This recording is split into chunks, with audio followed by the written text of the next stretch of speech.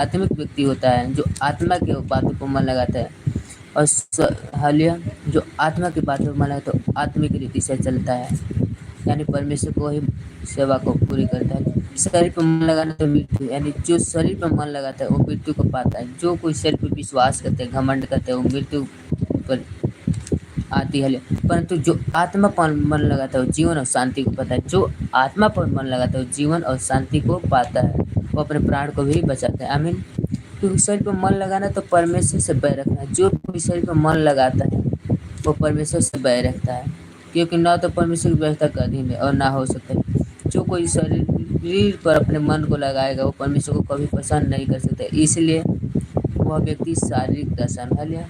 जो शारीरिक दशा में है वो परमेश्वर को पसंद नहीं कर सकते। 8 में लिखा है, रोमियो 8:1-8 में, जो शारीरिक दशा में वो परमेश्वर को पसंद नहीं कर सकते। जो कोई शारीरिक दशा में जो सही के अनुसार चलता है वो परमेश्वर को पसंद नहीं कर सकता। परंतु जबकि परमेश्वर का आत्मा तुम में, जबकि परमेश्वर का वचन करे कि जब कि परमेश्वर का आत्मा तुम में बसता है, तुम में यानी हम में बसता है, तो हम यानी तुम शारीरिक दशा में नहीं, यानी तुम का मतलब क्या, हम शारीरिक दशा में नहीं पर आत्मा की दशा में है। आमीन।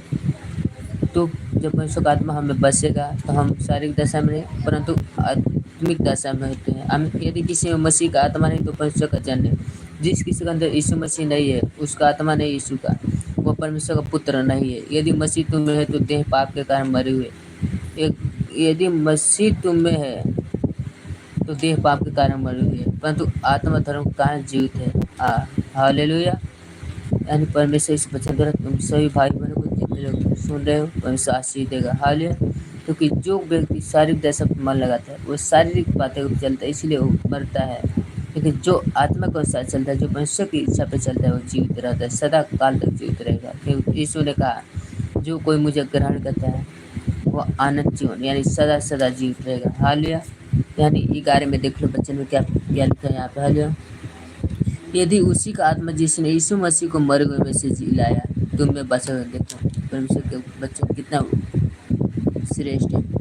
जो आत्मा मेरे प्रभु यीशु मसीह को मरे हुए में से जिलाया वही आत्मा हम में क्या हुआ है, बसा हुआ है, यानी हमारे अंदर रहता है। तो जिसने मसीह को मरे हुए में से जिलाया वह हमारे भी नाशवत देहों को भी अपनी आत्मा के द्वारा जो हमें बसा हुआ जिलाएगा। आमीन। तो जो हमारे अंदर जो परमेश्वर का आत्मा है वो हमें क्या करेगा, यदि हम मर भी जाए तो जिलाएगा। इसलिए हे भाइयों हम शरीर का कर्जदार नहीं, परमेश्वर का वचन करे कि हे भाइयों, यानी रोमियो कह रहे हैं कि हे भाइयों हम शरीर के कर्जदार नहीं है कि हम शरीर के अनुसार दिन काटे, क्योंकि यदि तुम शरीर के अनुसार दिन काटोगे तो मरोगे। जो कोई शरीर के अनुसार दिन काटेगा वो मरेगा, वो बचाया नहीं जाएगा क्योंकि मर जाएगा। लेकिन जो व्यक्ति आत्मा को अनुसार दिन काटता है वो बढ़ता जाता है। यदि आत्मा से देह की क्रिया को मारोगे तो जीवित हो, जब आत्मा के द्वारा अपने देह की सारी इच्छाओं को बुराइयों को मारोगे तो तुम जीवित रहोगे। इसलिए कि जितने लोग परमेश्वर के आत्मा के चलाए चलते हैं वही परमेश्वर के पुत्र हैं। जो कोई यीशु मसीह के आत्मा के द्वारा चलाए चलता है परमेश्वर के, वही परमेश्वर का पुत्र कहलाता है। आमीन। और जो नहीं चलता है परमेश्वर के आत्मा के अनुसार वो परमेश्वर का पुत्र नहीं कहलाता। क्योंकि तुमको परमेश्वर करे कि क्योंकि तुमको दासत्व की आत्मा नहीं मिली कि फिर भयभीत हो। परमेश्वर वचन करे कि तुम लोग क्यों घबराते हो, क्यों डरते हो, क्यों परेशान होते हो, भयभीत होते हो। तुम्हें दासत्व की आत्मा नहीं मिली है, तुम्हें तो बालपन की आत्मा मिले जिससे हम हे अब्बा हे पिता कहकर पुकारते हैं।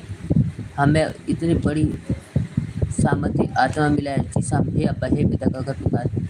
आत्मा आप ही हमारी आत्मा के साथ गवाही देता है कि हम परमेश्वर की संतान हैं, और यदि संतान है तो वारिस में। आत्मा के द्वारा ही क्या करता है, गवाही देता है कि हम परमेश्वर की संतान, और यदि संतान है तो वारिस भी, परमेश्वर के वारिस मसीह के संगी वारिस कि जब हम उसके साथ दुख उठाए तो उसके साथ महिमा पाए। आमीन।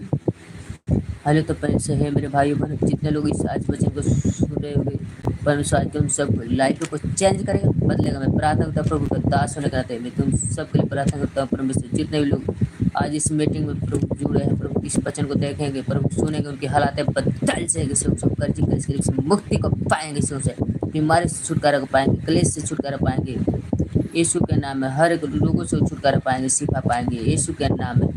पिता में प्रार्थना करता प्रभु आपका आत्मा उन सबको छुएगा और बड़ी बड़ी आशीषों को देगा यीशु के नाम में। परमेश्वर में प्रार्थना करता हूँ, पिता आपका आत्मा उन सबके साथ रहे और उन सबको बहुत ऐसी सब बरकतें दे कि हे मेरे परमेश्वर तेरे जैसा कोई न था न है न कभी तू था है। और परमेश्वर में प्रार्थना